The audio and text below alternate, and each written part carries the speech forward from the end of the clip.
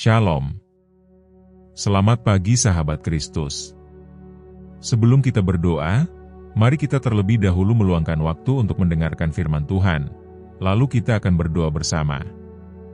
Yakobus 4 ayat 8 berkata, "Mendekatlah kepada Allah, dan Ia akan mendekat kepadamu. Tahirkanlah tanganmu, hai kamu orang-orang berdosa. Dan sucikanlah hatimu, hai kamu yang mendua hati." Ayat ini adalah undangan sekaligus janji. Ini adalah salah satu panggilan pribadi paling langsung dalam Alkitab, undangan dari Allah semesta alam yang berkata, "Mendekatlah." Ayat ini tidak berkata, "Buktikan dirimu," atau "Perbaiki semuanya terlebih dahulu." Ayat ini berkata, "Mendekatlah," dan sebagai gantinya Allah berjanji akan mendekat kepadamu. Namun Yakobus juga menegaskan bahwa kedekatan ini bukanlah sekadar di permukaan atau setengah hati. Mendekat kepada Allah berarti berpaling dari dosa. Itu berarti menyerahkan bagian-bagian dalam dirimu yang masih melekat pada kegelapan. Tahirkanlah tanganmu, kata ayat itu, yang melambangkan tindakanmu, hal-hal yang kamu lakukan. Sucikanlah hatimu, melambangkan motif, keinginan, dan pikiranmu. Ayat ini mengungkapkan sesuatu yang kita semua pergumulkan, kecenderungan untuk hidup mendua hati. Menghendaki Allah, tetapi juga menghendaki kenyamanan. Mengasihi hadirat-Nya, tetapi juga mengasihi kebiasaan kita. Kita bisa saja terpecah di dalam. Berdoa dengan bibir, namun menahan hati. Tetapi Allah menginginkan seluruh dirimu, bukan sebagian, bukan versi minggumu saja. Dia menginginkan pengabdian sepenuhnya. Dan hubungan seperti itu membutuhkan kejujuran, pertobatan, dan penyerahan total. Jadi, apa arti sebenarnya mendekat kepada Allah? Itu berarti memilih untuk hidup setiap hari dalam kedekatan yang disengaja dengannya. Membuka Alkitab bukan sebagai kewajiban, tetapi sebagai cara untuk mendengar suaranya. Berdoa bukan untuk menjadi religius, tetapi untuk benar-benar nyata di hadapannya. Memilih kekudusan di atas kenyamanan, ketaatan di atas dorongan sesaat, dan penyerahan di atas keakuan. Kedekatan ini tidak diperoleh melalui kesempurnaan. Kedekatan ini diterima melalui pertobatan.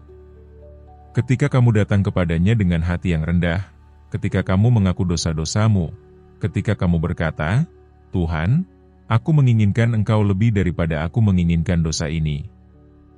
Dia akan berlari menghampirimu. Seperti bapa dalam kisah anak yang hilang, Allah tidak berdiri dari kejauhan.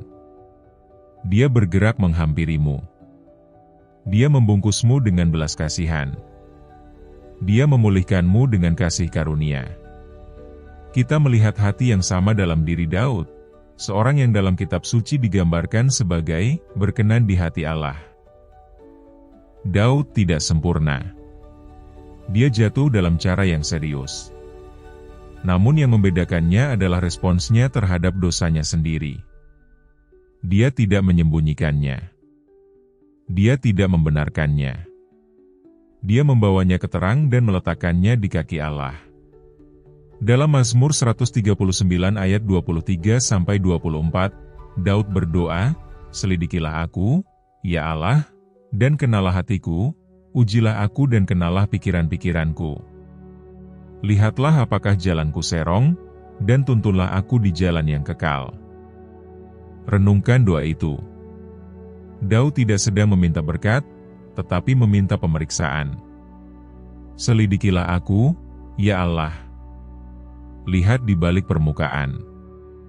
Kenalah hatiku, bahkan bagian yang tidak ingin kuakui. Ujilah aku. Nilailah pikiranku, motifku, ketakutan terdalamku. Lihatlah apakah ada jalan yang jahat padaku. Tunjukkan dosa yang telah kuabaikan, sikap yang telah kucari pembenaran, lalu tuntunlah aku. Karena aku tidak mau tetap di tempatku sekarang. Aku ingin berjalan di jalan yang membawa pada kehidupan." Inilah yang dimaksud dengan mendekat kepada Allah. Tidak selalu nyaman, tetapi indah. Itu tulus, jujur, dan membawa pada transformasi sejati. Ini seharusnya menjadi doa harian kita. Tuhan, selidikilah aku. Tunjukkan hal-hal yang menyedihkan hatimu. Tunjukkan setiap berhala yang telah kubangun, setiap luka yang telah kukubur. Sucikan motifku. Singkirkan kesombongan, kemarahan, kepahitan, dan ketakutan. Sembuhkan aku dari dalam keluar. Jangan takut meminta Tuhan mengujimu. Itu bukan hukuman, melainkan hadiah. Ujian imanmu memurnikanmu. Itu menyucikanmu. Itu menguatkanmu. Pencobaan tidak datang untuk menghancurkan imanmu, tetapi untuk membuktikannya, membentukmu menjadi seseorang yang dapat memikul panggilanmu, seseorang yang mengenal Allah di tungku kehidupan nyata. Mungkin permintaan terpenting yang bisa kita panjatkan adalah ini. Tuhan, lihatlah apakah ada jalan yang jahat padaku. Bukan hanya dosa yang terlihat oleh orang lain, tetapi dosa yang tersembunyi. Kesombongan yang diam-diam, iri hati yang sunyi, ketidakmauan mengampuni yang kusimpan rapat-rapat. Kompromi yang meyakinkanku bahwa itu bukan masalah besar. Mintalah Allah menyingkapkannya. Karena dosa yang tetap tersembunyi adalah dosa yang tetap mengikat. Tetapi ketika dibawa ke terang, darah Yesus dapat membasuhnya hingga bersih. Dan setelah Allah menyingkapkan apa yang perlu diubah, jangan berhenti di situ. Mintalah Dia untuk menuntunmu. Karena kita tidak dimaksudkan untuk mengetahuinya sendiri. Kita butuh bimbingannya. Kita butuh Roh-Nya untuk mengajar kita berjalan dalam kemurnian, damai sejahtera, dan kebenaran. Biarkan Dia menunjukkan jalan yang kekal, jalan kehidupan, sukacita, tujuan, dan kebebasan. Inilah inti Yakobus 4 ayat 8, sebuah kedekatan mendalam dan tulus dengan Allah yang mengubahmu dari dalam keluar. Tetapi itu tidak terjadi hanya melalui usaha. Itu terjadi melalui pertobatan dan penyerahan. Itulah mengapa ayat itu berkata, tahirkanlah tanganmu dan sucikanlah hatimu. Itu adalah panggilan untuk bertindak, datang kepada Yesus dan memohon kepadanya untuk membasuhmu. Mengundangnya menjadi Tuhan atas setiap area hidupmu. Mengatakan, Tuhan, aku menyerahkan masa laluku, kebiasaanku, hubunganku, mimpiku, pergumulanku.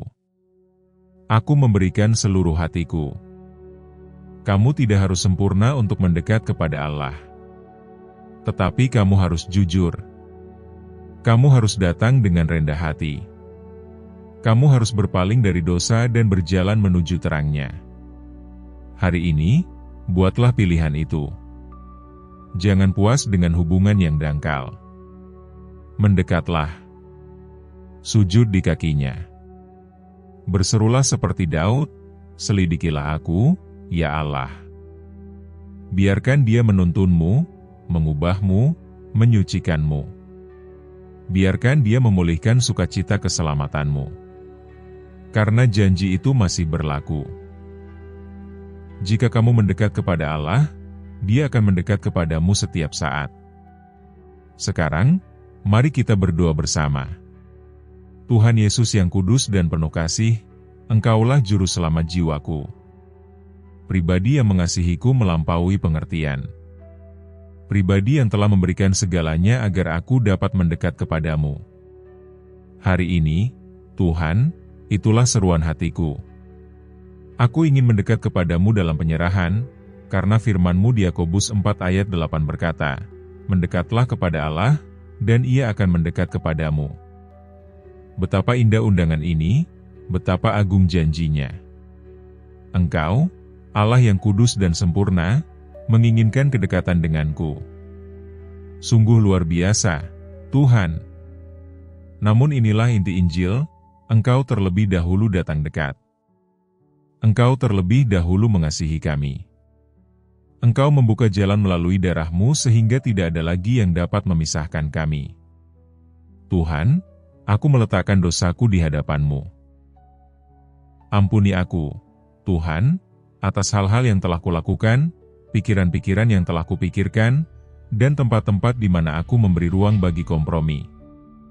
Ampuni aku karena telah memberi perhatianku lebih kepada dunia daripada kepada firman-Mu. Ampuni aku karena mengaku menginginkan-Mu sementara masih berpegang pada hal-hal yang memisahkanku dari-Mu. Aku tidak mau hidup mendua hati lagi. Aku mau hati yang murni. Aku mau tangan yang bersih. Aku mau berjalan di jalan yang menyenangkan hati-Mu. Yesus, basuhlah aku dengan darah-Mu. Sucikan setiap bagian dalam diriku, sikap tersembunyi, berhala rahasia, dan pemberontakan diam-diam yang tidak dilihat orang lain. Bawa semuanya ke terang dan biarkan kasih karunia-Mu memulihkan apa yang coba dihancurkan oleh rasa malu. Roh Kudus, aku mengundang-Mu masuk. Bergeraklah dalam hatiku dan cabutlah segala sesuatu yang bukan dari Allah. Patahkan setiap belenggu. Hancurkan setiap kubu. Singkirkan setiap pola pikir yang dibangun di atas kebohongan. Ajarkan aku untuk diubahkan oleh pembaruan budi, seperti yang diperintahkan firman-Mu. Jangan biarkan aku puas dengan perubahan di permukaan. Aku ingin diubahkan dari dalam keluar. Aku ingin diserupakan bukan dengan budaya, tetapi dengan Kristus. Tuhan, aku mengingat doa Daud, dan hari ini aku mengucapkannya. Selidikilah aku, kenalah aku, ujilah aku, bukan untuk menyakitiku, tetapi untuk menyembuhkanku. Singkapkan setiap area yang rusak dan tuntunlah aku menuju pemulihan. Aku tidak mau ada sesuatu pun yang menghalangi antara aku dan Engkau. Aku tidak mau kepahitan, kesombongan, atau ketakutan menghalangi keintiman yang Engkau tawarkan. Tumbuhkan dalam diriku rasa lapar yang kudus akan Engkau. Bangkitkan dalam diriku kerinduan yang dalam akan firman-Mu. Biarkan kitab suci menjadi roti bagi jiwaku. Biarkan doa menjadi percakapan yang memberi hidup. Biarkan penyembahan mengalir dari hatiku bahkan dalam keheningan, dalam penderitaan, bahkan ketika aku tidak mengerti. Tuhan, aku mau tinggal dalam hadirat-Mu. Aku mau hidup setiap saat sadar akan Engkau. Aku mau hubunganku denganmu menghasilkan buah. Aku mau orang lain melihat hidupku dan tahu bahwa aku telah bersama Yesus. Roh Kudus, tolong aku agar tidak hanyut. Jagalah aku tetap berlabuh. Jagalah aku tanggap. Jagalah aku bertobat ketika kesombongan muncul. Rendahkan aku ketika ketakutan datang. Ingatkan aku akan janji-janji-Mu. Ketika gangguan menarikku, bawa aku kembali pada fokus. Tuhan Yesus, Engkau berkata di 1 Yohanes 4 ayat 19, kita mengasihi karena Allah lebih dahulu mengasihi kita. Terima kasih karena telah mengasihiku lebih dahulu. Terima kasih telah mengasihiku saat aku masih menjauh. Terima kasih telah memanggilku menjadi milik-Mu sebelum aku memilih-Mu. Terima kasih karena telah mengenalku sebelum aku lahir, seperti yang Engkau nyatakan di Yeremia 1 ayat 5. Sebelum aku memiliki nama, Engkau telah memberiku tujuan. Sebelum aku menarik napas, Engkau telah menguduskan aku. Aku memuji-Mu untuk kasih yang begitu disengaja, kekal, dan luar biasa. Dan karena Engkau mengasihiku, Tuhan, aku bisa mempercayai-Mu. Aku bisa menyerahkan segalanya, masa lalu, masa depan, luka, keinginan, dan keluargaku. Aku menaruh semuanya di tangan-Mu. Biarkan aku tinggal di rumah Tuhan seumur hidupku. Tuhan, aku datang di bawah perlindungan darah Yesus. Aku memohon darah itu atas hidupku, pikiranku, keputusanku, dan hubunganku. Biarkan darah itu berbicara lebih keras daripada rasa bersalah. Biarkan itu membungkam suara pendakwa. Biarkan itu mematahkan kuasa dosa dan membasuhku hingga bersih. Biarkan itu memulihkan setiap bagian di mana aku telah jatuh. Biarkan itu mengingatkanku bahwa aku tidak dihukum, tetapi ditebus.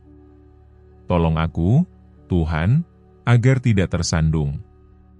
Tolong aku mengalahkan pencobaan setiap hari melalui kuasa Roh-Mu. Biarkan aku berjalan dalam kemurnian. Biarkan aku berjalan dalam kebebasan.